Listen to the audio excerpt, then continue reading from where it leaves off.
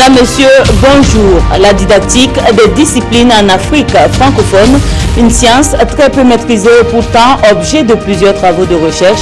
Pour mieux l'explorer, ils sont venus de 9 pays d'Afrique et la France pour instaurer à Koudougou un cadre de partage d'expériences. L'ouverture des travaux, c'est à voir dans quelques instants. Le crocodile du Zimbabwe, délogé par Robert Mugabe, et cela avec effet immédiat. Il s'agit là de Emerson Mnangagwa, 75 ans, alors vice-président et considéré comme successeur potentiel du président zimbabwéen. Les critiques nées du litige qui l'oppose à la première dame ont eu raison de lui. Emerson, soutenu par ses proches, avait affirmé avoir été victime d'une tentative d'empoisonnement en août dernier.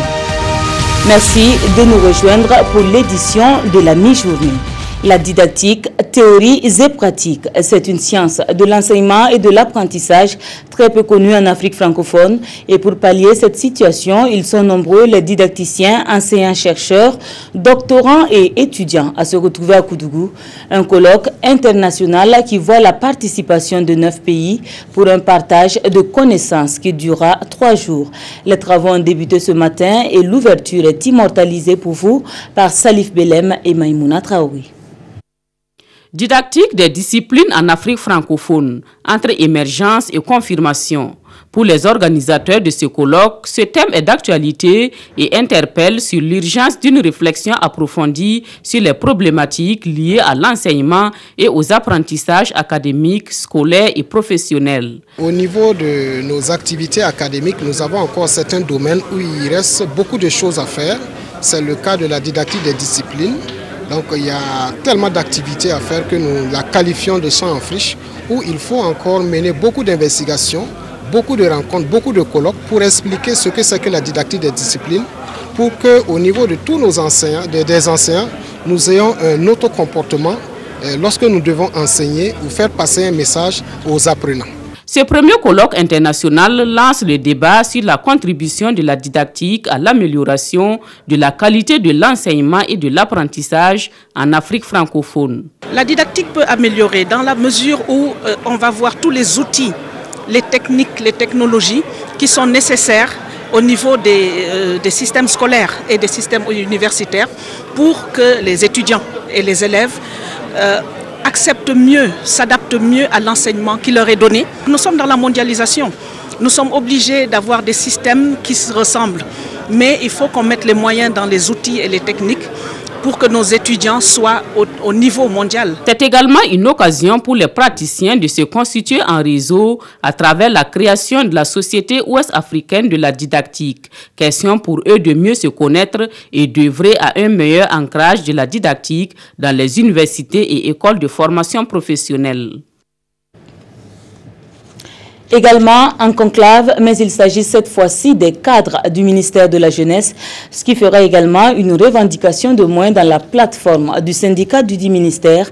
Les participants à la rencontre ont pour tâche de trouver des solutions aux difficultés rencontrées par le personnel et favoriser la contribution du ministère au développement du capital humain. Césaire Carfo et Yolande Lompo.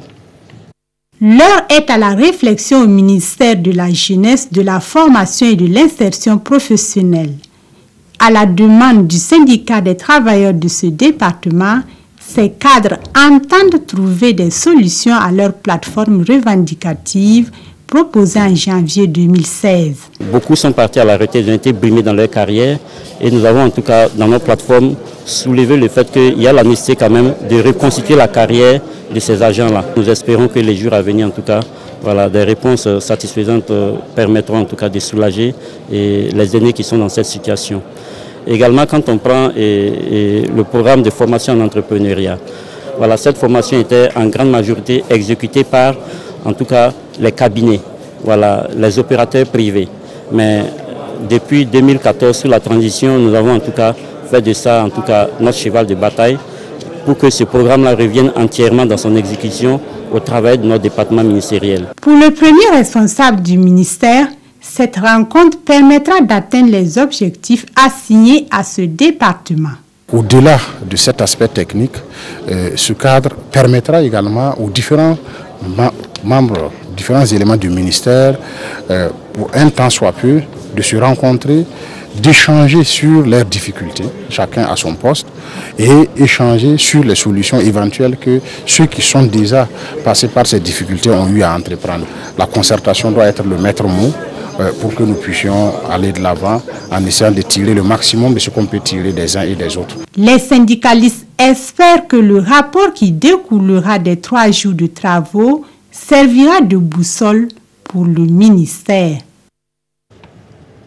La jeunesse, justement, parlons-en, elle a son mot à dire dans la gouvernance des États. Sa contribution dans le renouveau politique, économique et social du Burkina sera analysée dans les jours qui viennent, et cela à la faveur des États généraux de la jeunesse qui auront lieu du 15 au 18 novembre prochain à Ouagadougou. La rencontre sera patronnée par le chef de l'État et plus de 500 jeunes sont attendus. Le résumé de la conférence de presse animée hier par les acteurs du ministère avec Césaire Carfo et Zoubaviel David Dabiri. Du 15 au 18 novembre prochain se tiendra à Ouagadougou les États généraux de la jeunesse du Burkina Faso. Selon le ministre Smaïla Ouedraogo, cette rencontre réunira plus de 500 jeunes burkinabés d'ici et de la diaspora. Elle servira de cadre d'échange et de réflexion aux mots qui minent l'épanouissement de la jeunesse dans son ensemble. Nous allons nous départir de toute démagogie, nous allons être réalistes en fonction donc de l'enjeu du moment. Nous allons essayer de prioriser les problèmes et pour nous, le problème principal, en tout cas, qui ne doit pas être esquivé, c'est la question de la formation de la jeunesse. Et cette formation-là, comme le dit, est gage de toute sûreté parce qu'un jeune qui est bien formé a confiance en lui. Et quand on a confiance en soi, on peut faire bouger des montagnes. Les problématiques liées à l'accès à la formation professionnelle, au crédit bancaire sont entre autres les thèmes qui seront abordés à cette rencontre. Des thèmes qui pourraient permettre de définir clairement le rôle et la place de la jeunesse dans la création de richesses au Burkina Faso. Nous souhaitons qu'à la fin de ces états généraux, nous puissions avoir une liste claire et réaliste des solutions, des problèmes et des solutions, afin que nous puissions prendre des mesures dans nos différentes planifications budgétaires pour tenir compte, afin que lors des prochaines concertations donc, de la jeunesse, nous puissions faire un point de ce qui a été fait et ce qui reste à faire afin de pouvoir avancer. Avec un budget prévisionnel de 150 millions de francs CFA, ces états généraux se tiendront sous le thème « Quelle gouvernance pour une contribution optimale des jeunes au renouveau politique, économique et social du Burkina Faso ». La communication électronique au Burkina, elle a fait son apparition et avec elle de nouveaux textes pour l'enrichir. Pour les praticiens du droit, il est donc impératif de les maîtriser. Ils auront 72 heures pour le faire et c'est à l'initiative de l'ARCEP, l'autorité de régulation de la communication électronique et des postes. L'ouverture a eu lieu hier à Bobo Dioulasso. Les premiers développements avec Lamine Karantao et Karim Sissé.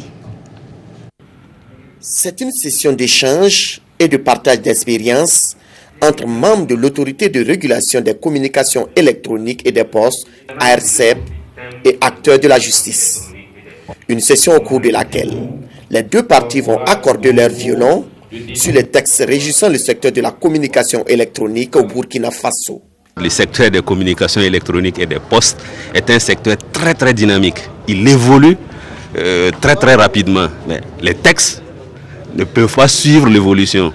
Donc il va falloir avoir ces gens d'échange régulièrement avec l'ensemble des acteurs judiciaires pour véritablement aussi les mettre au parfum des évolutions technologiques afin qu'ils soient beaucoup plus à l'aise pour en tout cas rendre, exercer leur mission.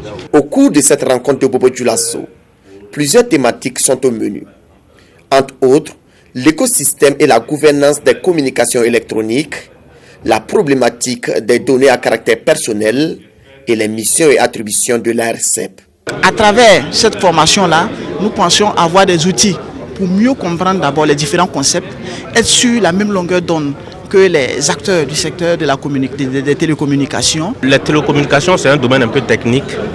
Et en dehors des tests, il y a des réalités qui nous échappent. Alors à travers cette formation, nous pourrons avoir donc des outils qui vont nous permettre de mieux appliquer les tests qui régissent les télécommunications. Cette session qui va durer 3 jours concerne les acteurs de la justice des tribunaux de grande instance de Banfora, Gawa, Diebougou, Boromo, Tougan, d'Edougou, Nouna et de Bobo Dioulasso. Des sessions similaires sont prévues les jours à venir à Tenkodogo et à Ouagadougou.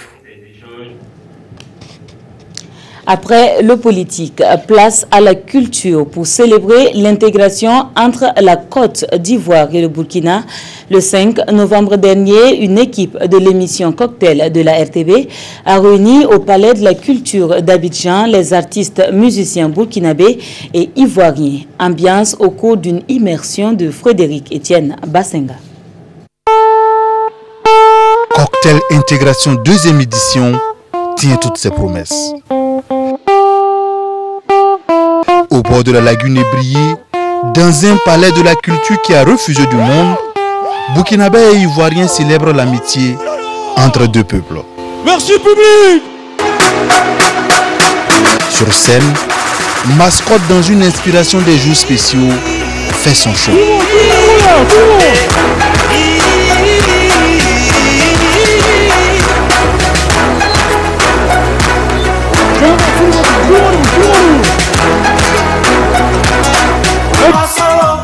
Côté artiste burkinabé, Birengé Ouedraogo, venu spécialement des États-Unis, Ahmed Papus, venu spécialement du Togo, Wendy, Ali Verouté, Zougnan Zagamda, Nona Bibata, Des Altino et Ahmed Smani sont de la partie. Dans une ambiance électrique, chaque artiste revisite son répertoire.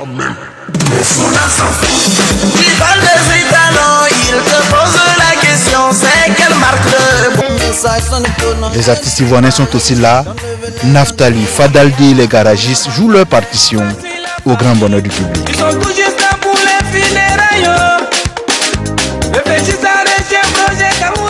Cocktail Intégration 2e édition se poursuit. L'équipe de Joseph Mascotte Tapsoba sera à San Pedro le 11 avec la même ambition, célébrer l'intégration entre la Côte d'Ivoire et le Burkina Faso.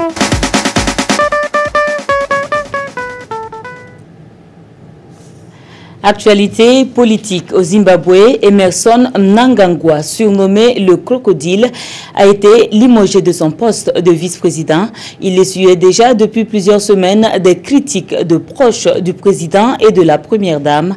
Emerson avait évoqué depuis août une tentative d'empoisonnement sur sa personne, une tentative que ses partisans avaient attribuée à la première dame et vigoureusement démentie par cette dernière.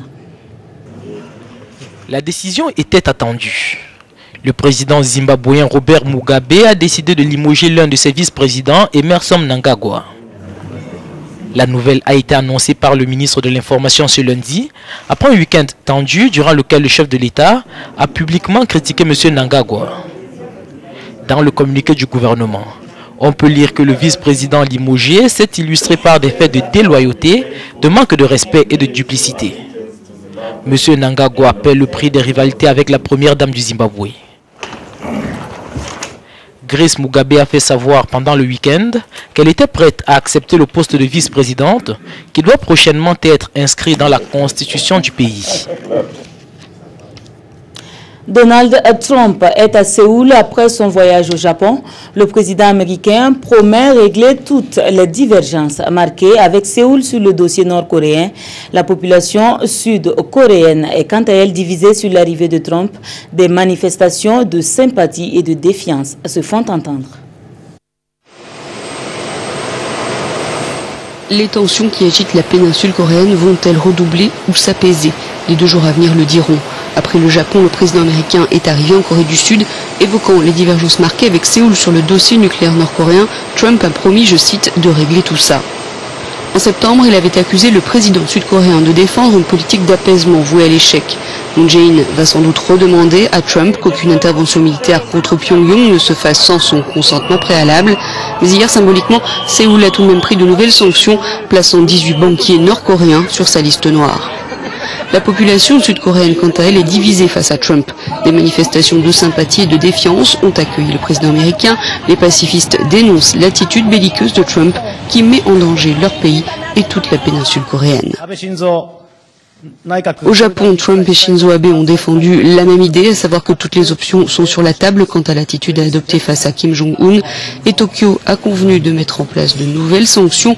Les avoirs de 26 individus et 9 organisations vont être gelés sur le sol japonais. Dernier élément de ce journal, la revue de presse. Les parutions de ce jour sont consacrées en grande partie au financement de la force du G5 Sahel. Un retour sur le bilan de la réunion d'octobre à New York, une réunion à laquelle a pris part le ministre des Affaires étrangères, Alpha Bari. Quand l'argent est diversement apprécié. Équation financière de la force G5 Sahel, les lignes bougent se réjouit dans les éditions Sidoya, le monsieur Affaires étrangères du Burkina, de retour from United States, précisément de New York, où le rapport du secrétaire général de l'ONU sur le financement de la dite force a été examiné et favorablement apprécié par les participants. Toutefois, l'arbre du satisfecit ne doit pas cacher la forêt des défis. Sur les 270 milliards escomptés, je cite, pour neutraliser les terroristes ici à l'image du journal Le Quotidien, seuls 70 milliards sont annoncés, reconnaît Alpha Bari, avant d'ajouter également, je cite, à la une des journaux Le Pays et l'Express du Faso, ce n'est pas de la mendicité que nous faisons, car le terrorisme, se défend le ministre, dans Aujourd'hui au Faso, est un phénomène planétaire et chaque pays, partenaire au développement, doit contribuer à son éradication. Si l'équation financière du G5 Sahel trouve un écho favorable petit à petit, ce n'est pas le cas pour cette handicapée Pélagie Yerbanga, dont la sécheresse financière fait sombrer de plus en plus dans le désespoir. Explication de notre confrère du journal L'Observateur. Cette handicapée motrice espère une aide grâce à un fonds de 30 millions de francs CFA alloué par le ministère de l'Action sociale pour soutenir les personnes handicapées. Mais il faut remplir trop de conditions handicapantes que l'Obs appelle tout court une ordonnance difficile à honorer par la pauvre dame. Pendant ce temps, 100 millions de francs CFA se volatilisent dans la nature, oui, sont allègrement détournés au FAFPA, s'étonnent les éditions Sidoya. C'est tout pour le 13h de ce jour. Deux dames vous retrouvent un peu plus tard en soirée. À 20h, vous serez avec Peggy Ouedraogo et Sanoua Christine Koulibaly sera présente pour le rendez-vous de 22h30. Bon après-midi.